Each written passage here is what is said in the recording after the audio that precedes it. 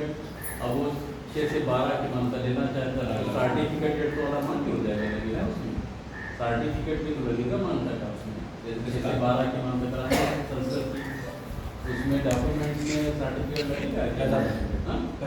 मान्यता जो हमारे पास रहता है आप उसका जिक्र नहीं करेंगे, ना आपका जिक्र करना है, ना आपको एलओसी लेनी है, ये पूरा सिस्टम अलग है।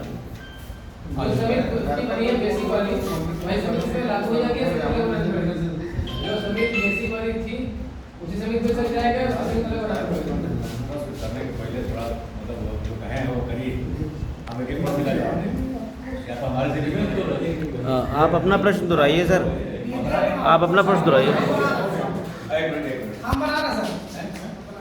हाँ आप भाई अपना क्वेश्चन करिए। हमने क्वेश्चन किया जो बेसिक 1 से 8 तक से 1 से 5 तक की मान्यता थी, उसकी जो समिति बनी थी, समिति वही संस्कृत प्रशिक्षण में लगेगी, उसकी नई समिति बनानी पड़ेगी। देखिए समिति के बारे में आप लोग क्लियर हो लीजिए कि एक समिति या एक ट्रस्ट या एक कंपनी विभिन्न नामों से विभिन्न जगहों पे हजारों की संख्या में दर्ज करा सकती है। समिति में कोई वो नहीं है। संस्था का जब आप नाम रखेंगे, जब विद्यालय का आप नाम रखेंगे, उस समय आपको इस बात का ध्यान देना है कि वो संस्कृत के लिए अलग है, यूपी ग्रुप के लिए अलग है, और अन्य मोडों से अगर आप जुड़ना चाहते हैं तो उसके लिए अलग है। लेकिन सोसाइटी आपकी जो समिति है, वो समिति तो एक ही रहेगी। वो जो नाम आपने रख लिया उसमें कहीं कोई दिक्कत नहीं है। और जहाँ तक अभी भैया ने अग्निशमन के बारे में पूछा कि अग्निशमन की स्थिति तो बड़ी कठिन है, लेकिन उसके लिए भी संगठन की तरफ से मैंने प्रमुख सचिव गृह को पत्र लिखा है कि संस्थाओं को जो अग्निशमन प्रमाण पत्र दिए जाएँ उसके लिए अलग से कोडिंग कर दी जाए, अलग से कोई आदेश निकाल दिया जाए कि अगर विद्यालयों में अग्नि सुरक्षा के व्यापक उपाय हैं, जैसे हैंडपंप है, ऊपर पानी की टंकी है, आगे रेत रखा हुआ बाल्टी है, मिट्टी है, तो आग बुझाने के लिए विद्यालयों में इतना पर्याप्त है।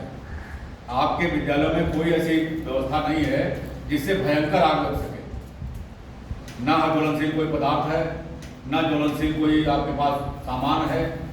ठोस डेस्क बेंच होते हैं, ठोस लकड़ी के सामान होते हैं, उसमें आग जल्दी नहीं लगता है, और लगेगा भी तो धू करके नहीं जलता है। उस पर अगर एक बाल्टी पानी फेंक दिया जाए या थोड़ा धूल मिट्टी फेंक दिया जाए तो बुझ जाता है। इस चीज़ को हमको आपको सरकार के सामने लाना होगा कि विद्यालयों के लिए अग्निशमन कोड अलग हो और व्यावसायिक प्रतिष्ठानों के लिए अलग। हम व्यावसायिक प्रतिष्ठान नहीं है, यहाँ मेला नहीं लगता, यहाँ भीड़ नहीं लगती, यहाँ कोई ज्वलनशील पदार्थ लेके नहीं आता, यहाँ सिगरेट और गांजा वो भांग का वो लेके कोई नहीं आता है, यहाँ माचिस और मिट्टी का तेल पेट्रोल लेके कोई नहीं आता है।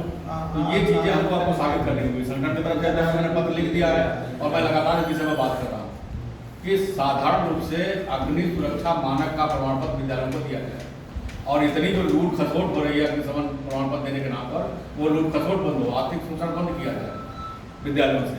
इस पर लिखा पढ़ी चल रही है, लेकिन कहीं न कहीं आप लोगों को भी आवाज़ उठानी पड़ेगी इस बात की, और अग्निशमन अधिकारियों से भी कहना पड़ेगा कि आपने जो प्रमाण पत्र जारी किए हैं अपने एरिया भर में, वो भी मानक में नहीं है।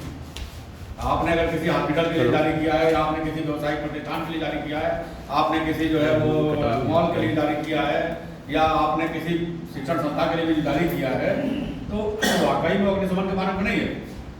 तो जब आप दे ही रहे हैं सबको, तो फिर हमको देने में क्या दिक्कत? आप हमारे देखिए, हमारे पास सिलेंडर लगा हो, हमारे वहाँ पानी की टंकी हो, हमारे वहाँ हैंडपम्प हो, हमारे वहाँ जो है बालू है, मिट्टी है, और हमारे अध्यापक बच्चों से बात कर लीजिए आग कैसे बुझाई जाती है। वो ऑलरेडी प्रशिक्षित है, गांव क्षेत्र के बच्चे हैं, वो जानते हैं कि आग कैसे बुझाई जाती है, क्योंकि गांव में झोपड़ियों में और कच्चे घरों में आग लगा करता है। तो आप उससे निश्चित रहिए, आप प्रमाण पत्र दीजिए ताकि हमारी मान्यता हो सके, हम विद्यालय संचालित कर सकें और बच्चों को अच्छी शिक्षा दे सकें। शैक्षिक गुणवत्ता पर ध्यान सभी लोग दें, चाहे वो विद्यालय हो, चाहे वो सरकार हो, चाहे वो अधिकारी हो। हम शैक्षिक गुणवत्ता दे सकें, हम बच्चों को वो रोजगार पर शिक्षा दे सकें कि हाई स्कूल के बाद बच्चों को ये न सोचना पड़े कि हम पढ़ किस लिए रहे हैं, हमें करना क्या है। वो तय कर सके कि हम काहे लिए पढ़ रहे हैं, हमें करना क्या है। यहाँ MA करने के बाद और BEd करने के बाद लोगों को ये समझ में नहीं आ रहा है कि हमें करना क्या है। यहाँ PhD करने के बाद लोग चपरासी के लिए और बाबू के लिए फार्म भर दे रहे हैं। ये हमारा पाठ्यक्रम रह गया, ये हमारी शैक्षिक गुणवत्ता रह गई। हम शैक्षिक गुणवत्ता और हम व्यावसायिक शिक्षा, बुनियादी शिक्षा पर ध्यान दें। आग बुझाने और आग लगाने के चक्कर में न पड़े। ये चीज़ें मैंने सरकार को भी लिख के दिया और आप लोगों से भी कह रहे हैं कि आप लोग भी इस बात को उठाइए। आप दबिए नहीं, आप उनकी व्यवस्था को देखिए कि उन्होंने किसको प्रमाण पत्र जारी किया है। उनके इर्द गिर्द 18 फीट की सड़क है, उनके घर के सामने 32 फीट की सड़क है। मलिहाबाद में दुकानें चल रही हैं, बड़ा बड़ा मार्केट चल रहा है। किस दुकानों के सामने 32 फीट की सड़क है और किसके आगे मतलब अग्निशमन की गाड़ी घूमने भर की जगह है? नहीं पहुंच पाएगी। तो मार्केट में आग लगेगा कि स्कूल में आग लगेगा? वो चीज आपको उठाना है। ये आग मार्केट में लगेगा, जहाँ गट्ठर का गट्ठर सामान भरा पड़ा है, कपड़ा भरा पड़ा है, प्लास्टिक भरा पड़ा है, वहाँ लगेगा। यहाँ क्या है, इसमें आग लगा के दिखा दे, पेट्रोल छिड़क के भी लगाएगा, थोड़ा सा पेट्रोल जलेगा, काम खत्म हो जाएगा। जब उसको फाड़ करके जब उसमें रेसा निकाला जाएगा तब आग लगता है। मोटे मोटे में आग नहीं लगता है, जब उसको चैला बनाया जाता है तब आग लगता है। वो चीज़ समझाना पड़ेगा।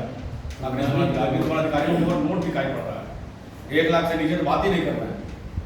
1 लाख अग्निशमन का तो पैसा बहुत दे रहे हैं। हमने तो कह दिया था, हमने कहा इनकी मान्यता इंटर किया तो 40,000 दे रहे हैं, मैं तो जिंदगी में तुमको नहीं दूंगा।